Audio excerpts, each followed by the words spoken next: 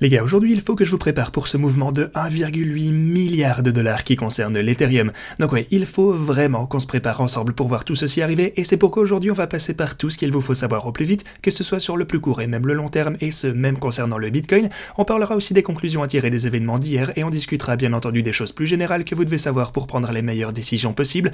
Alors bienvenue à tous, je m'appelle Maxime et je vous apporte chaque jour des nouvelles vidéos en français sur les crypto-monnaies en vous apprenant comment vous faire de l'argent sur ce marché. Si vous êtes nouveau sur cette chaîne, alors soyez sûr de vous abonner et d'activer la cloche dès maintenant. Et ceci étant dit, passons tout de suite à nos graphiques. Alors, on a effectivement vu pas mal de volatilité hier de la part du Bitcoin. En fait, on a surveillé en live ces mouvements sur le graphique de 1 minute et c'était juste dingue de voir à quel rythme tout ceci bougeait. Donc voilà ce qu'on a obtenu hier, c'est une poussée jusqu'à arriver jusqu'à ma boîte orange, mais comme vous pouvez le voir, on s'est fait rejeter immédiatement par ces résistances. Aussi d'ailleurs, hier, je vous expliquais, alors qu'on entrait dans cette boîte orange sur le graphique de genre 5 à 1 minute, on a un peu aussi entre les deux, eh bien je vous suggérais d'être prudent parce que généralement on a tendance à se faire rejeter par ce genre de niveau et ça a une fois encore été le cas juste ici comme vous le voyez. Mais le truc positif actuellement par contre c'est qu'on se trouve toujours relativement haut, en fait ça aurait pu être pire, on n'a pas vu une catastrophe sans précédent comme on pouvait peut-être s'y attendre, et en plus si vous prenez les marchés traditionnels on peut voir de leur côté qu'ils ont été encore plus impactés que le Bitcoin, et je dirais même, en fait toutes les cryptos en général n'ont pas trop souffert hier, donc c'est cool. Voilà, on voit que nos marchés ont pas mal tenu le coup, encore une bonne nouvelle, alors que les marchés traditionnels en ont un peu plus pris les plein la figure. En fait, vous pouvez voir ça avec l'énorme chandelle rouge qui redescend ici. Donc ouais, est-ce que ce n'était qu'un petit délai, que le Bitcoin va de toute façon suivre le pas? Eh bien, contre ça, on a tout de même un niveau de support vers les 18 000 $ qui est intéressant. Et ce qui est cool avec le Bitcoin actuellement, en plus, c'est qu'il a toujours tendance à suivre la structure générale de mes niveaux de support et résistance. Donc ouais, maintenant on est à nouveau relativement loin du prochain meeting, on va avoir un petit peu de calme avant la prochaine tempête car ça va arriver dans 41 jours seulement, on peut donc voir venir. C'est donc à ce moment qu'on aura la prochaine réunion du FOMC, et aussi on a un autre événement majeur qui prendra place le 13 octobre, car là on aura la publication des données sur l'inflation. Ce sera encore une fois un gros événement, mais c'est encore une fois presque à un mois d'ici, donc ça va pour le moment. Mais alors qu'est-ce qui va se passer d'ici là? Eh bien selon moi on va établir une range. On va soit commencer à trader dans cette zone, selon moi encore une fois en faisant des allers-retours, vous connaissez un peu comment ça marche, ou potentiellement même cette range où on aura un petit peu plus de place pour trader, ce serait mieux, et ça pourrait ça durer jusqu'aux prochains événements du mois qui arrivent. Ce qu'on pourrait voir également, c'est une autre possibilité, c'est que si jamais on parvenait à dépasser ce niveau, ce qui comme vous le savez est une énorme résistance pour le Bitcoin, donc déjà c'est pas gagné, mais ça pourrait, en tout cas si on pouvait jamais dépasser cette résistance, alors on pourrait peut-être réaliser une montée et venir trader dans cette range à la place, un peu comme on l'a vu ici précédemment en fait, ce serait pas plus mal au final. Mais voilà, on doit tout de même être prudent quoi qu'il en soit, car on a toujours une énorme résistance ici, comme je vous l'ai expliqué, il faut toujours qu'on prenne ça au jour le jour, j'ai envie de vous dire. Et en ce moment, je verrais plutôt alors ceci être notre zone de trading par défaut, en ce qui concerne le court terme immédiat, tel que, en tout cas les quelques prochains jours, après on réévaluera. Mais voilà, je vais également tenter de trader cette volatilité si je vois une occasion, donc je vous tiendrai au courant. Voilà un marché propice aux traders les gars, donc en tout cas je vais tenter de tout faire pour essayer de profiter de ces mouvements en question. Par contre, pour le long terme, vous vous demandez peut-être ce qu'a renseigné la Fed hier. Eh bien ce qu'ils ont dit, c'est qu'ils ne s'attendent pas à recommencer à diminuer les taux avant au moins 2024. Ils pensent donc que les hausses de taux vont pouvoir continuer jusqu'à atteindre à peu près 4% d'ici la fin de cette année au moins. Ok, donc voilà, au moins maintenant on est fixé, on peut s'attendre à une augmentation qui sera au total d'encore 1,5% à peu près d'ici la fin de cette année, et qu'on se le dise, c'est vraiment beaucoup quand on y pense. Le fait que le taux d'intérêt soit à un niveau aussi haut n'est pas quelque chose auquel le marché est habitué, pas vrai? On est vraiment... En fait, on a l'habitude d'avoir de l'argent gratuit, et ça a duré durant les 20 dernières années. Les coûts de l'emprunt ont littéralement été de zéro pendant extrêmement longtemps, donc c'est vraiment perturbant. On peut maintenant s'attendre à un gros effet sur l'économie.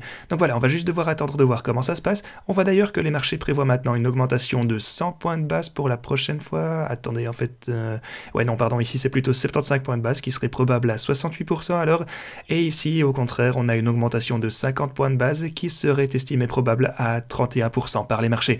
Voilà donc ce que les gens pensent actuellement. En gros, pour le coup, on voit que personne ne pense qu'on risque de voir une augmentation de 1% ou même plus que ça prochainement. Actuellement, on prévoit donc soit 0,5 ou 0,75%. Voilà donc ce qu'il en est pour les prédictions concernant le mois prochain. Et comme je vous le disais, les niveaux de support plus communs pour le Bitcoin nous ont ont pas mal aidé dernièrement, comme ici où on s'est fait supporter par le triangle qu'on a juste là. On avait également ceci avec la ligne de tendance descendante, vous savez qu'on en a pas mal parlé dernièrement. Donc oui, tous ces niveaux de support et résistance ont vraiment pas mal tenu le coup, enfin surtout les supports pour le coup, durant toute cette volatilité.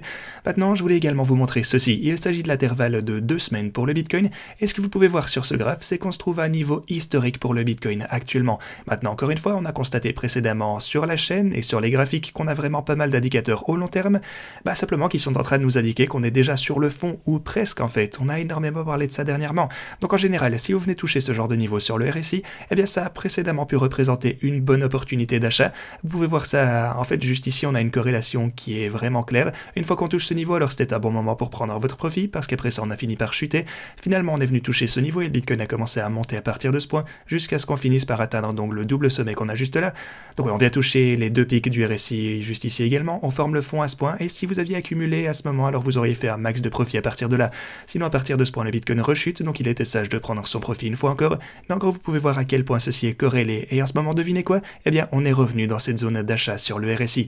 Donc voilà, ici je vous donne juste les informations les gars, je sais pour le coup que la situation macroéconomique est vraiment différente des autres fois, c'est une période très particulière, mais en gros, tous les graphiques au long terme du Bitcoin sont en train de nous suggérer, en tout cas de nous donner de gros signaux d'achat, et ça fait maintenant un sacré moment que c'est le cas. Est-ce que cette fois sera différente? Est-ce que ce sera la fois qui va invalider tout ce qu'on connaît et qu'on va perdre tous ces supports pour continuer à la baisse? Eh ben, j'ai envie de vous dire qu'on n'a qu'une seule façon de le savoir, seul le temps nous le dira. En tout cas, on reste au courant ensemble sur la chaîne. Mais les gars, il faut aussi que je vous prépare pour tout ceci, je pense que vous voyez de quoi je parle, parce que dès demain, le 23 septembre donc, eh bien, on va déjà voir arriver 300 000 options d'Ethereum qui vont arriver à expiration. C'est déjà énorme, ça nous donne à peu près 400 millions de dollars, et c'est complètement dingue, mais vous allez voir ce qui arrive, parce que vers la fin de ce mois, il faudra bien s'accrocher, car cette fois c'est 1,8 milliard de dollars en options d'Ethereum qui expirent, pour l'équivalent donc de 1,5 million d'options.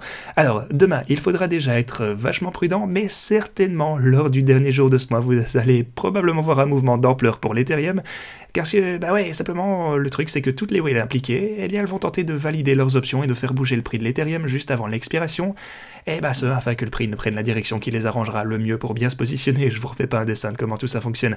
Vous avez 1,5 million de calls et vous avez